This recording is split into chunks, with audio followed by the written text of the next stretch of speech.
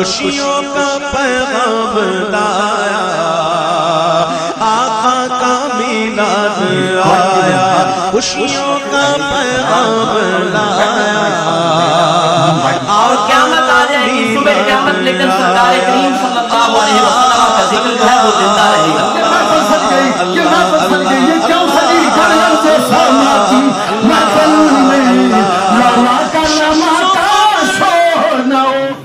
अल्हम्दुलिल्लाहि मुनशिल खल्क़ि मिन आदमी थुम्मा सलातु अलल मुख्तारि फिल क़िदामी मौलाया सल्लि व सल्लिम दाइमन अबदन अला हबीबिका खैरिल खल्क़ि कुल्लिहिम मुहम्मदुन सय्यिदुल कौनैनि व सक़लैनि मुहम्मदुन सय्यिदुल कौनैनि व सक़लैनि वल फरीक़ैनि मिन उर्बिन व मिन आजामी मौलाया सल्लि व सल्लिम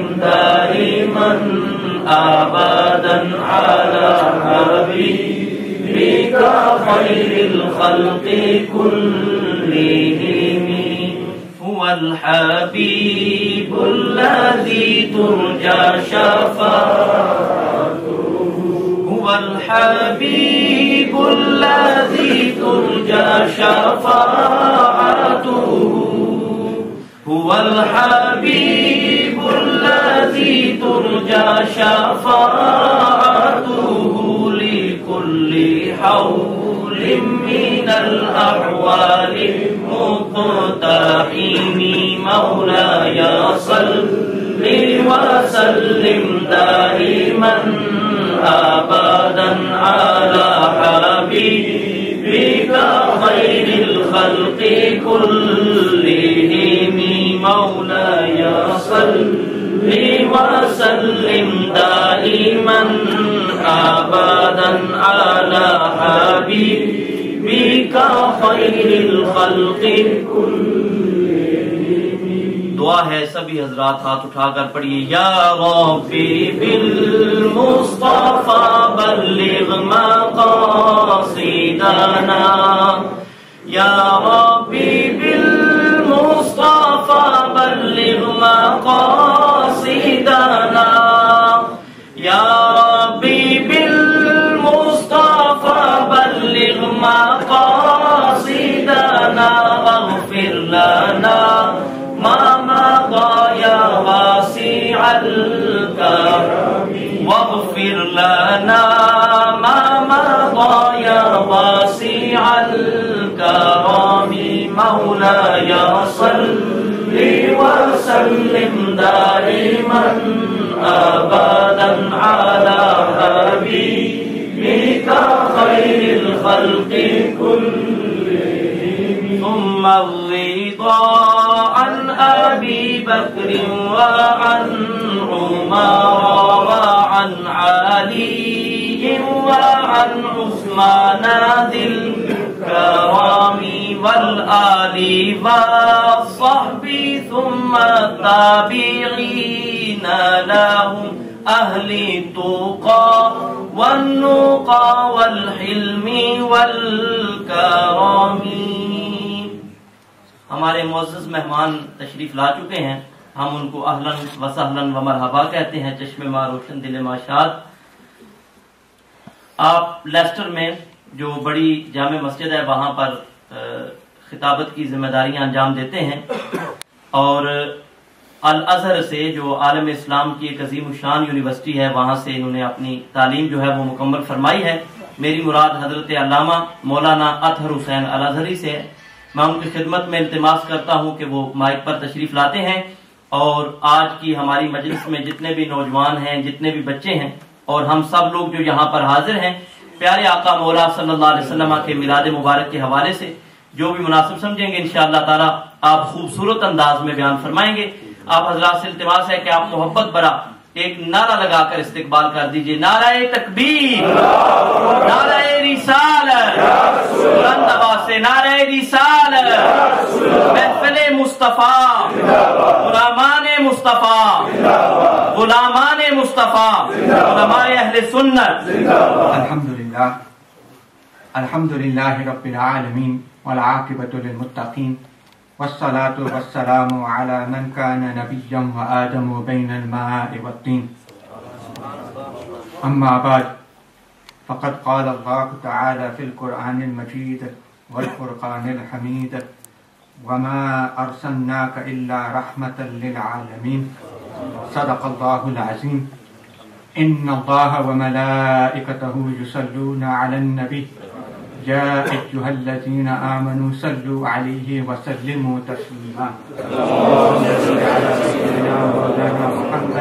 व अला आलि सय्यिदिना व मौलाना मुहम्मद व बारिक व सल्लिम व सल्लि अलैहि।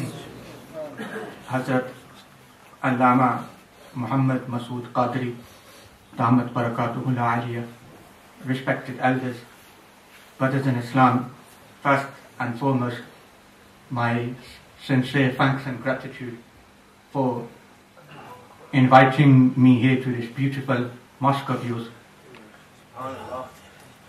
conveniently and correctly decorated for the Maulid Sharif, full of noor, full of happiness and delight.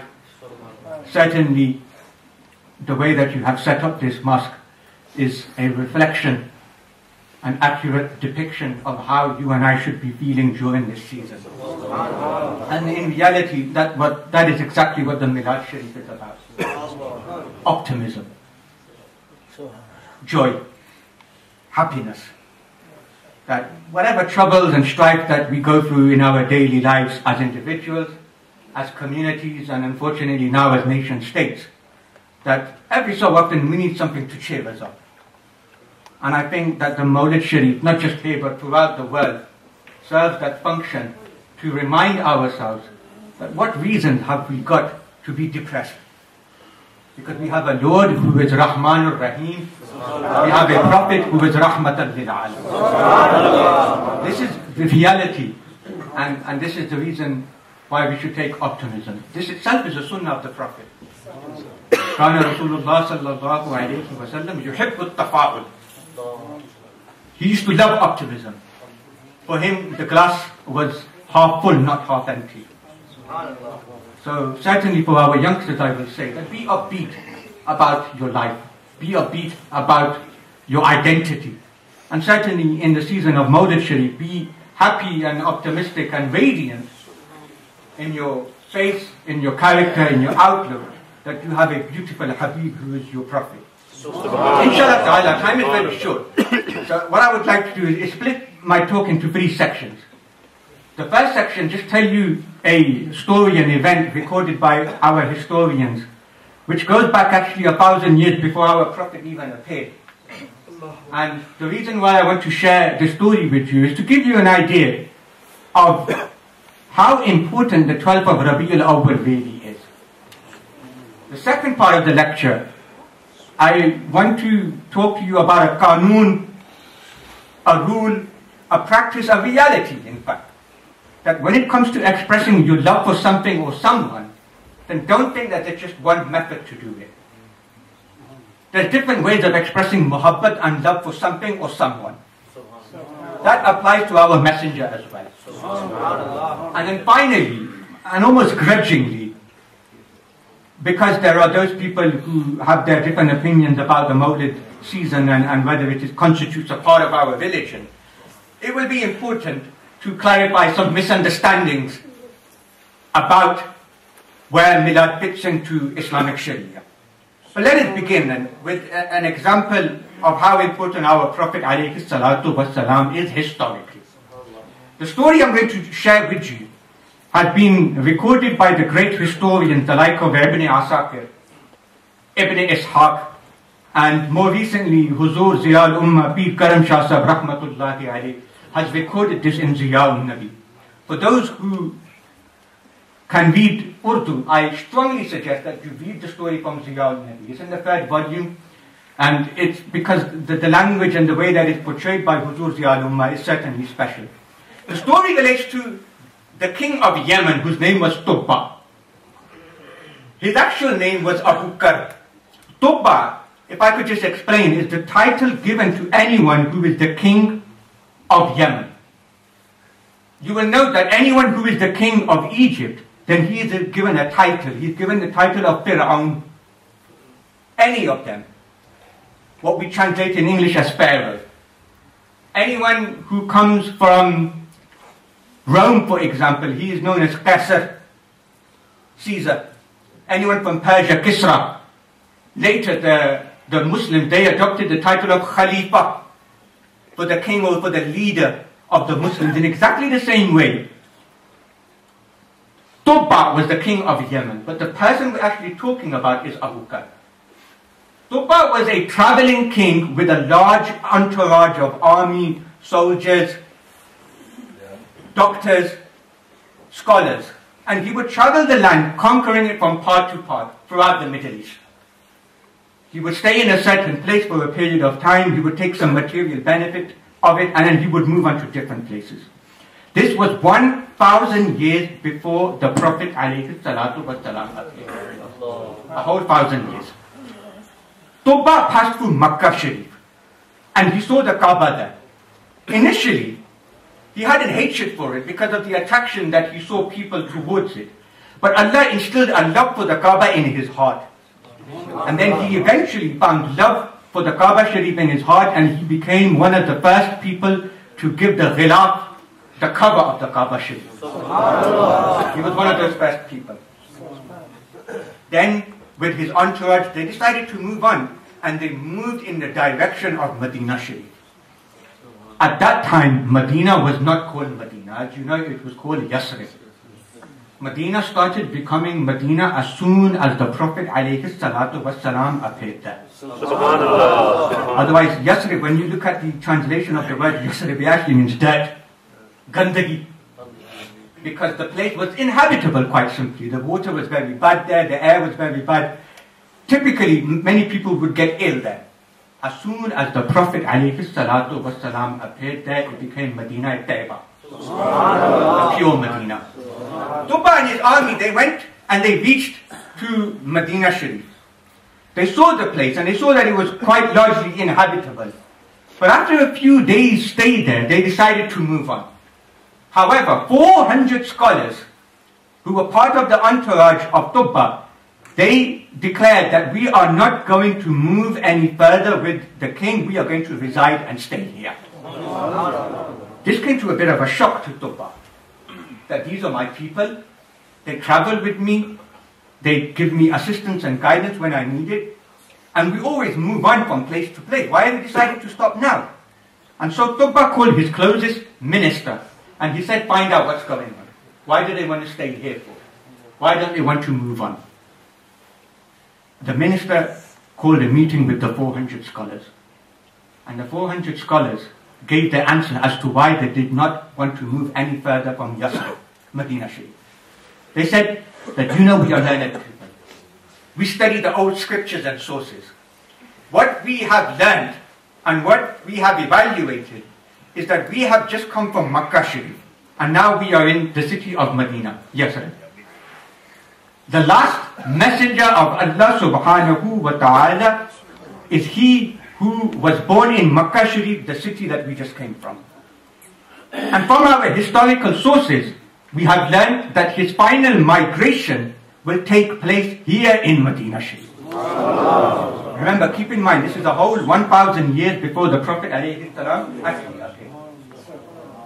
The scholar said to the minister that we have learned that most blessed and most fortunate will these people be who get to meet the Prophet ﷺ. We do not want to move any further, because quite simply, we want to believe in him, in a God whose message he will bring, and we want to do bay'ah, allegiance to him. That is why we're not going to move any further. The minister the next morning told Tubba about what the scholars had told them. Tubba trusted his scholars. And he knew that there must be a very good reason for them wanting to stay there. So Tuba decided on three things. The scholars had instilled a love for the Prophet ﷺ in Tuba's heart. And so Tuba himself, although until now he was accustomed to moving from one place to another, he too decided that I will wait for 1 year here in Medina in the hope that the Prophet ﷺ will appear. I will stay here now. After a year, Tuba decided that if the Prophet doesn't appear in that time, then I will build 400 homes for these scholars so that they can continue to reside here, and I will move on now. Along with those 400 scholars, what Tuba decided to do was to present them, write a letter and present them with this letter. The purpose that this is a letter that I am writing. And if you get to meet the Prophet ﷺ, then pass this letter on to him from my behalf. If you unfortunately do not meet him, pass it on to your children.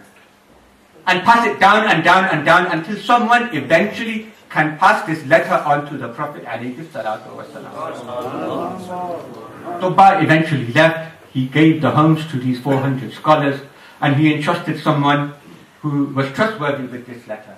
1,000 years later now, the Prophet ﷺ finally appeared in Medina Sharif.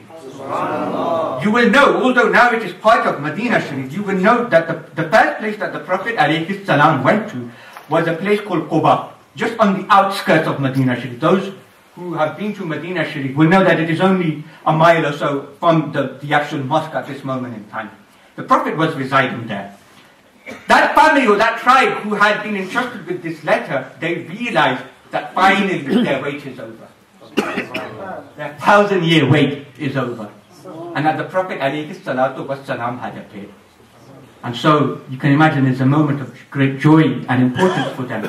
They wanted now to present the letter to our Prophet ﷺ. Abdul Rahman ibn Auf radiallahu ta'ala was a companion who had migrated just before the Prophet ﷺ. He was in Medina Sharif.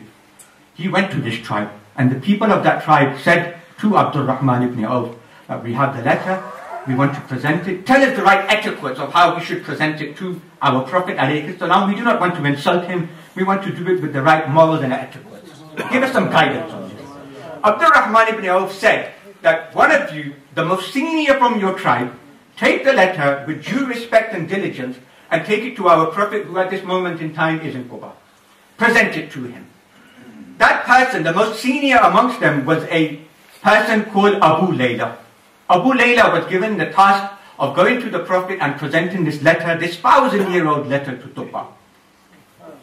Abu Layla set off, correctly dressed and well-versed with the manners required to pass something on to our Prophet ﷺ. It just so happened, coincidentally, that the Prophet at that particular time was not in Quba. He was meeting a tribe called Hussain. And that tribe happened to reside on the path from Medina to Quba. He wasn't actually in Quba. Abu Layla didn't know that. He was going to Quba expecting to meet the Prophet. Subhanallah, the Prophet ﷺ, whilst in the path between Medina and Quba, he saw Abu Layla. And through his God-given knowledge, the Prophet ﷺ not only recognized Abu Layla, but knew why he was coming. He knew what his mission was. And so the Prophet went up to him. Abu Layla had no idea what was going on. The Prophet went up to him and said, Anta Abu Layla. You're Abu Layla, aren't you? This man didn't know who Prophet Muhammad sallallahu alayhi wa sallam was. And he said, yes, I'm Abu Layla. The Prophet alayhi salam said, Hati al-kitab. Give me the letter. Give me the letter that Tuba has entrusted you for 1,000 years. By this time, this man was in total shock and astonishment. That how does he know my name? How does he know I've got a letter? And how does he know it's from Tuba? So eventually he asked this being, this great figure, that who are you exactly? And the Prophet ﷺ replied, Ana Muhammad. I am the one that you are supposed to be giving the letter.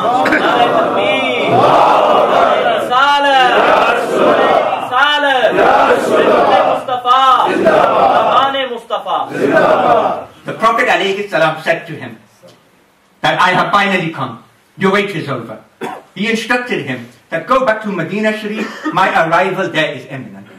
And so after a few days, the Prophet ﷺ, he went to Medina Sharif with all of his companions, with Sayyidina Abu Bakr Siddiq, and publicly in front of everyone, he entrusted Sayyidina Abu Bakr Siddiq to read the letter in front of everyone. Listen to what the letter says. This is the letter which has been passed down from 1,000 years. And think about that. That itself is a miracle. Now think for yourself, how many letters do you have from 10 years ago? You know, like when I was studying that, my parents sent me letters when I was in Pakistan. I don't know where they are. And to think that they preserved it for 1,000 years, this itself is a miracle.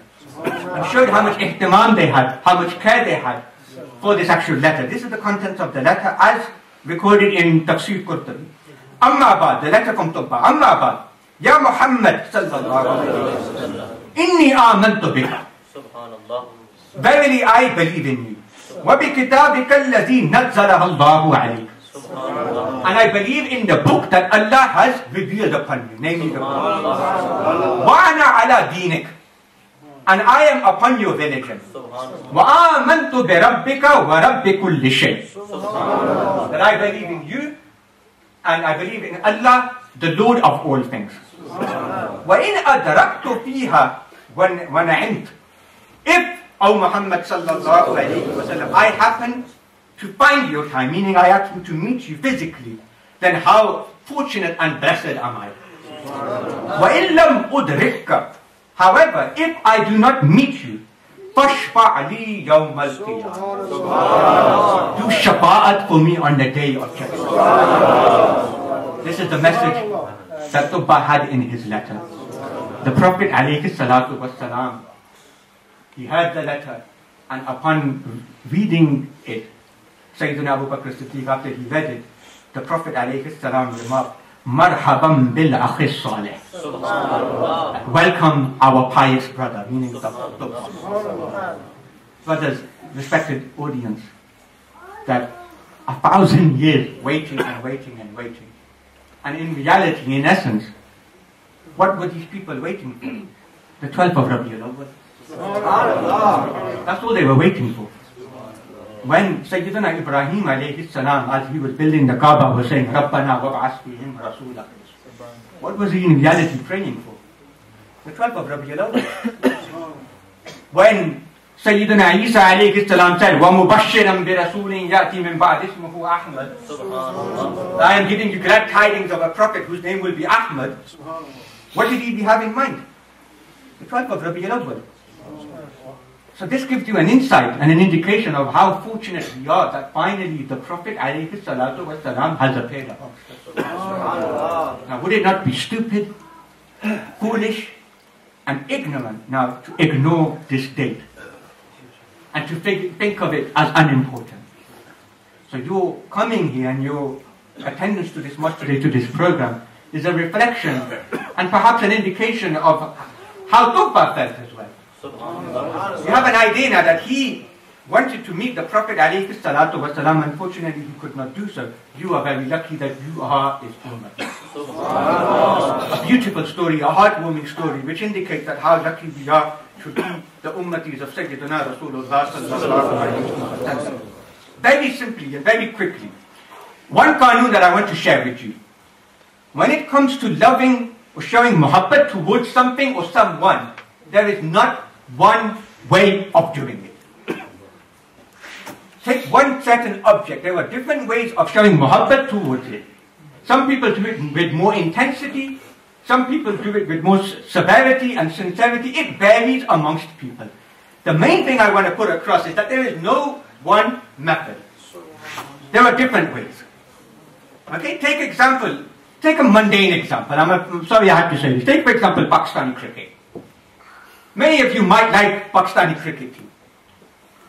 But tell me, do you like Pakistani cricket team equally?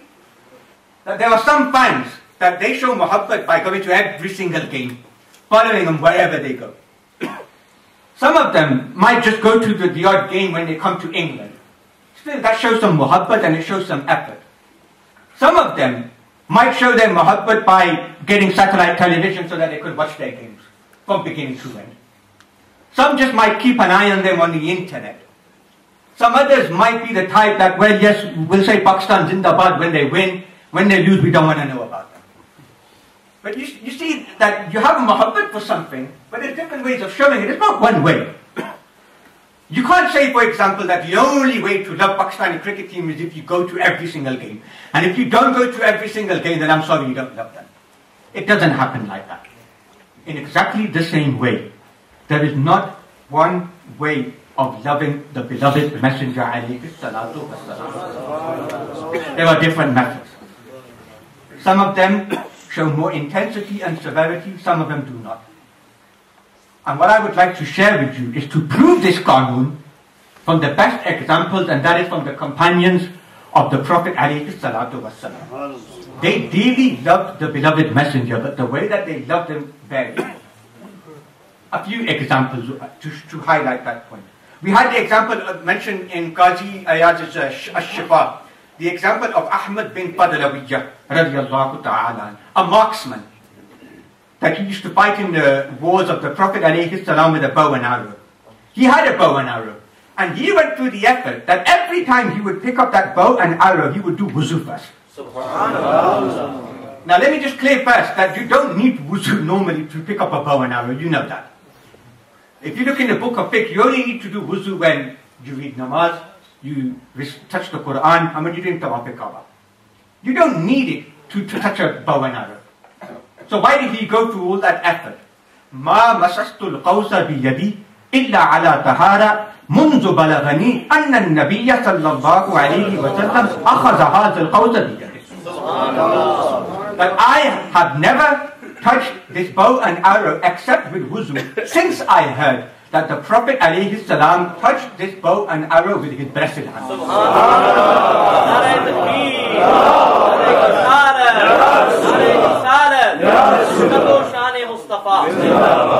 Make it clear that the Prophet alayhi salam did not tell him that you must do wuzu every time you touch my bow and arrow.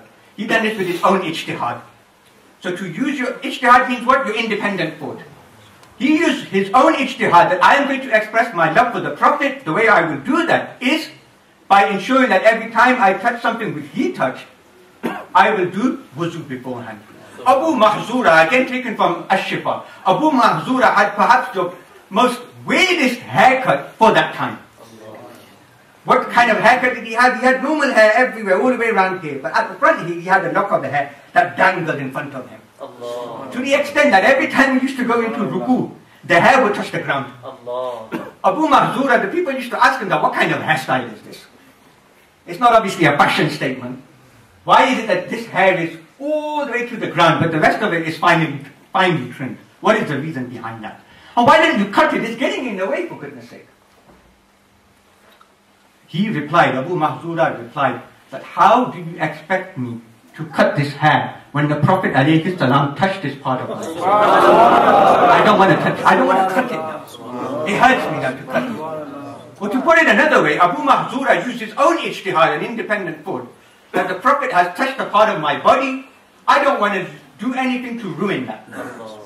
Sayyidina Ibn Umar radiyallahu ta'ala, a great Ashiq Rasul, between Makkah and Medina Sharif, he would travel between those cities often, and there was one particular point between these two cities where he would stop under a specific tree. He would stop underneath that tree, and quite deliberately, even if he didn't feel tired, he would sleep under that tree. He used to rest for a while. And it happened to be one particular tree. The companions asked him, now what is this? You always pick the same spot, and you always sleep under that tree. Ibn Umar, as you can guess, his answer was purely on the basis that this is the place where I saw the Prophet alayhi salam sleep himself. Now I want that sharaf, that honor to say I have slept in exactly the same spot as the Prophet has slept. Ibn Umar radiyallahu ta'ala anhuma did not hear this from the Prophet himself, that every time we pass through the city, then stop here and rest under this tree. It was his own ijtihad.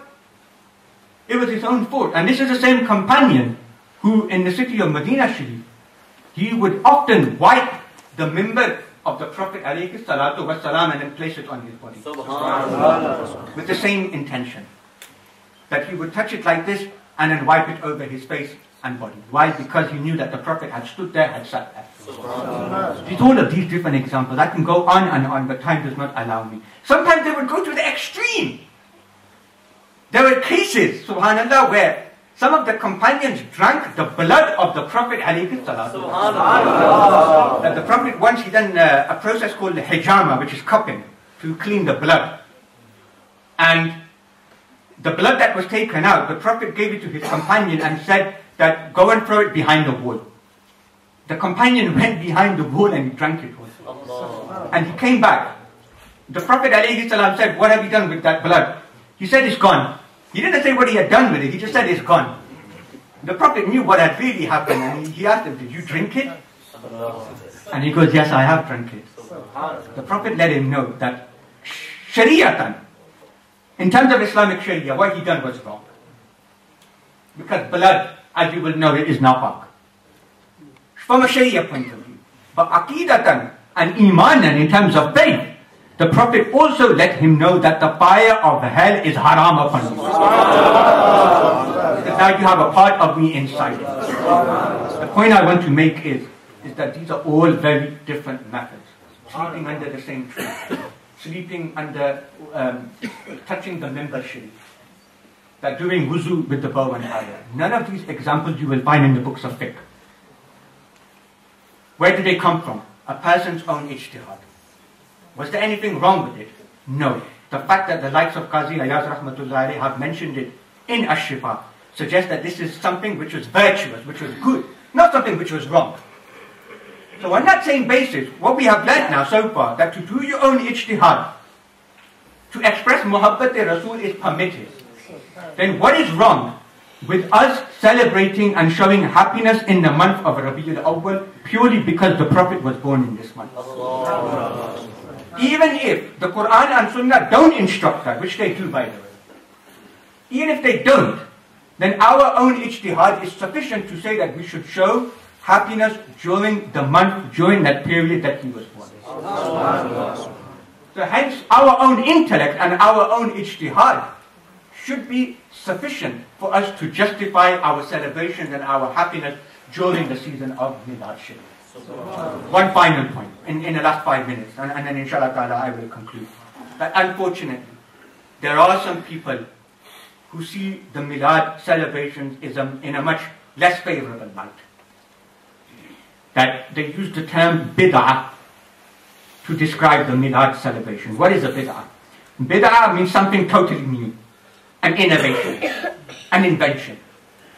In Islamic terminology, it means something which was not found in the time of the Prophet or the companions. A new practice. And the Prophet was very clear that new practices should be avoided. Because kullu bid'atin dalala, because every type of bid'ah is misguidance. Wa kullu dalala fin nar, and every misguidance is heading to the hellfire. Example, we just read 4 rakats of Isha. If we all decided that we should be reading 6 rakats of Isha rather than 4, this is a bid'ah. It's totally haram, it's totally forbidden. The Prophet read 4, we should be reading 4 as well. They say, the Salafi movement and the likes, they say that Miladun Nabi is a bid'ah. You have invented it because the Prophet and his companions did not celebrate it. They did not commemorate it. If Milad is so important to you, then give us one example of the companions and the Prophet ﷺ celebrating. You can't find an example, therefore it is bid'ah. If it is bid'ah, then it is wrong. How do we answer this? What answer can we give to these people? How do we refute these objections? Let us try to tackle this. It's very, very important, and it's of paramount importance so that we can gain itminan and peace of mind that what we are doing is correct. It's very important that we answer this. One way of tackling it is we could argue that, look, there are a lot of new things in religion that have changed in the last 1,400 years. This speaker, for example, this microphone, this wasn't in time of the Prophet. It's a bid'ah. This carpet that we are sitting on, it's new. this lighting, this permanent lighting and permanent heating that we have in this beautiful mosque, it's all new. We could go down the line and say, look, all of these things are new, all of these things are bid'ah.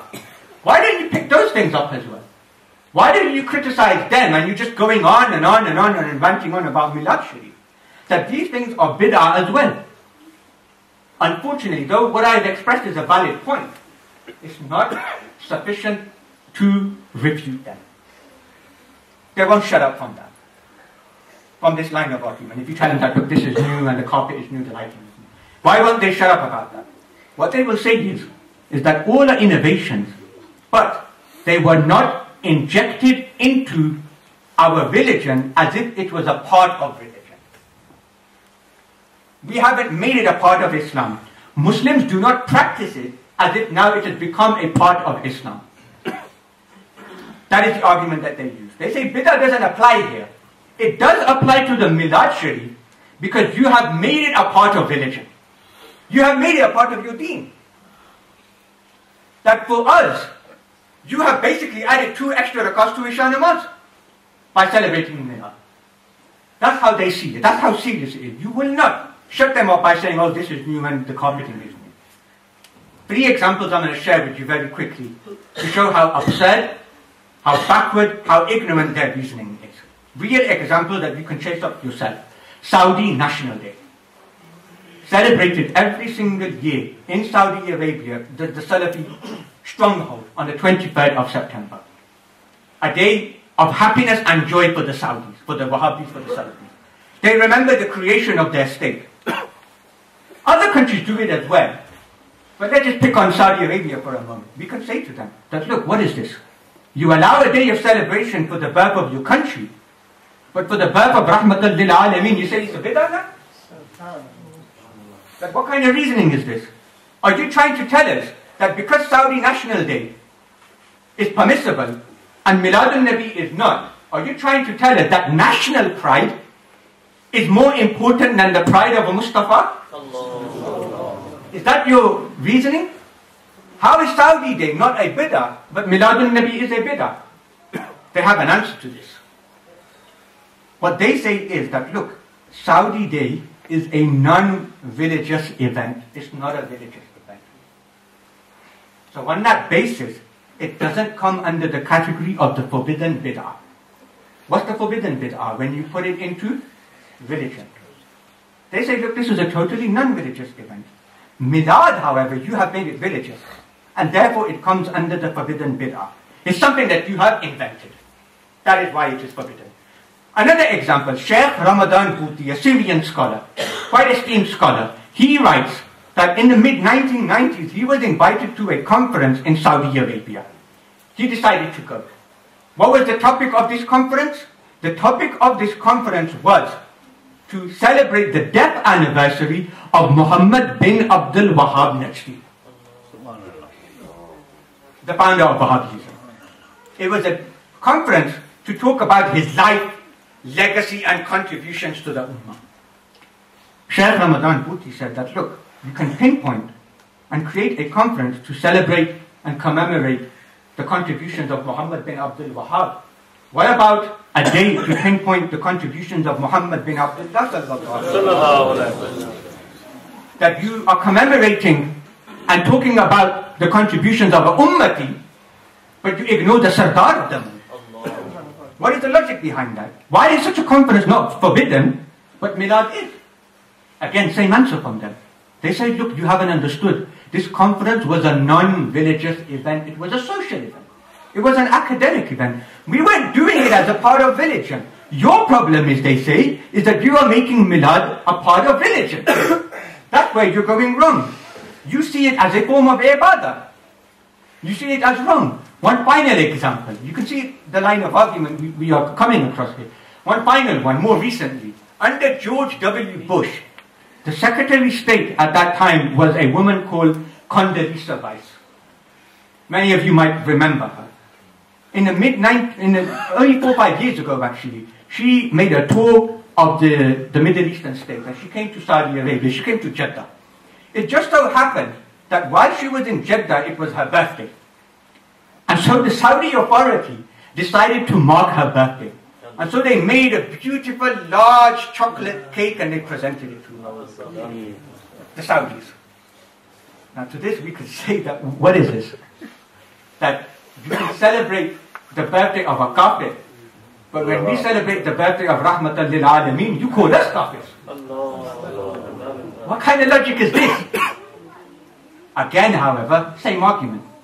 They say, look, this was just purely social. We didn't make it part of religion. Yes, it didn't happen in the time of the Prophet, but we didn't make it part of religion, did we? Where have we got to then? Saudi Day is not bid'ah because it is non-religious. The Najdi conference is not bid'ah because it's non-religious, it's an academic function. Celebrating a country's birth is not bid'ah. Celebrating Condoleezza Rice's birthday is not bid'ah. Why? Because they are all non-religious events. What's the conclusion then? From their reasoning. The conclusion is, and this is quite absurd, the conclusion is that based on this reasoning and argument, if we turn Milad al-Nabi into a non-religious event, according to them, it would now be permissible. Our problem, it seems, is that we have made Milad al-Nabi too religious. If we were to turn it into a non-religious event, a social event, they wouldn't have any objections to it. Does that sound like good reasoning to you? That their problem is, for a start, that we're holding this function in the mosque. For them, that's wrong. Next time, you should be holding it in the local hotel or in the local wedding suite. Make it non-religious. Holding it here, people might get the reward of sitting at the gap. For them, that's wrong. That's their reasoning. If we're going to follow them. For us, our problem is that we have been doing Miladun Nabi by reciting the Quran, tilawat al-Quran. We need to make it more non-religious to please them. So cut out the tilawat al-Quran. Get rid of that. Replace it with balloons and birthday cakes. For them, the problem is that we have been talking, we have been listening to Naat and Nasheed, we have been listening and reciting the Qasida Burda Sharif. Get rid of that. Let's bring in some comedy acts. Let's bring in some performers and artists and we can enjoy ourselves properly. Turn Milad into a totally non-religious event and they will be happy with it. That is their reasoning, that is how absurd and pathetic their argument is. And you would want to laugh out loud if it wasn't so tragic, if it wasn't so disheartening. That is where they have come to. And to that they have no answer whatsoever. That they can't argue. Because from their argument, they've been saying that, look, if it's non-religious, it's allowed. If it's religious, it's not allowed. So the logical answer is, let's turn Milad into a non-religious event. We are not going to do that ever. What we are doing is the practice coming back from thousands of years. We are not going to change that. Milad al-Nabi has always brought good amongst people. And the very fact that you are here is proof of that. You are in the house of Allah, you are sitting at the car, you are getting the reward of Allah. Even if whatever I have said for the last 45 minutes didn't mean much to you, at least you're staying away from sin, aren't you? At least you've stayed away from sin and you're not doing anything dishonoring to yourselves or to anyone else. The fact is that the Milad al-Nabi brings about tilawat al-Quran. It brings about people hearing about the Prophet's life. It brings about social change as well. In the olden days, the example of Sultan Muzaffar comes to mind, that part of the Milad celebration would be that the king would set aside thousands of dirhams to release prisoners of wars in non-Muslim countries. So there's a social benefit as well, a political benefit as well. Let us come to the last point now. That let us look back at their argument. They are arguing that any type of bid'ah which is religious is forbidden. Is that right? It is not.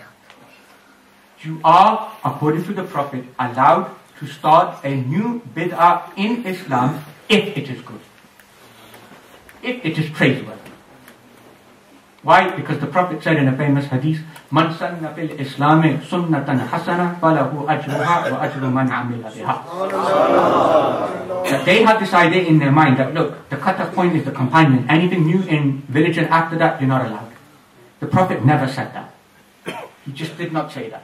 He said, whoever starts something new in religion, something good in religion, hasan, then he will get the reward for it and he will get the reward of whoever acts upon it thereafter as well. So even if we are to assume, and I don't believe that myself, Milaad al-Nabi is not a bid'ah. It's proven from the time of the Prophet and from the companions. I'm not going to go into that, there's no time left.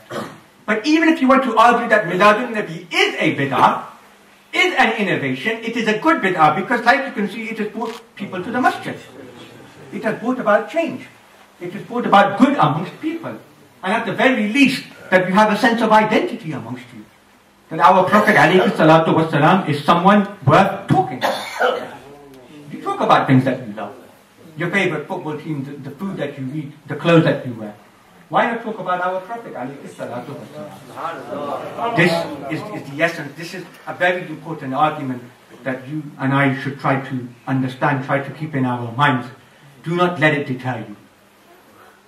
That unfortunately, over the time, and I'm not sure how it is in Bolton, but certainly from the Midlands where I come from, is that 10 years ago, our Milaadun Nabi celebration, 80-90% of the time, the nature of the speeches were about defending Milaadun Nabi.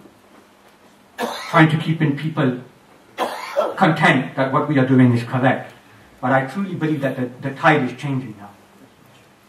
That people realize now that yes, it is good. And the fact is that even in the United Arab Emirates now, privately in Makkah and Medina Sharif now, they do commemorate the 12th of Rabiul Awwal. And I think, why? Because good, you can't keep down. It always spreads naturally. Take a room with windows in it. You can black out the windows how much you want, but once you put nur in it, it's going to get out somehow. And I think that's what's happening. And now I think I had to do it. But inshallah, over the next coming years, we won't talk about justifying Milaadun Nabi in our gatherings anymore. Rather, like the Sikh are doing, we will just get on with celebrating it. We will talk about the seerah.